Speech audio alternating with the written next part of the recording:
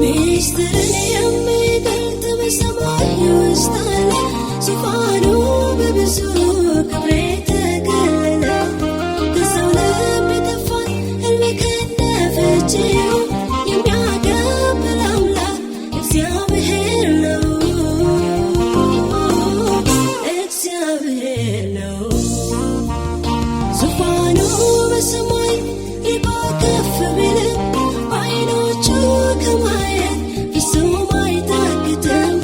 የተሰወረውን በታች በሸለቆ እርሱ ወደ ብርሃን ይገልጠዋል አውቆ፣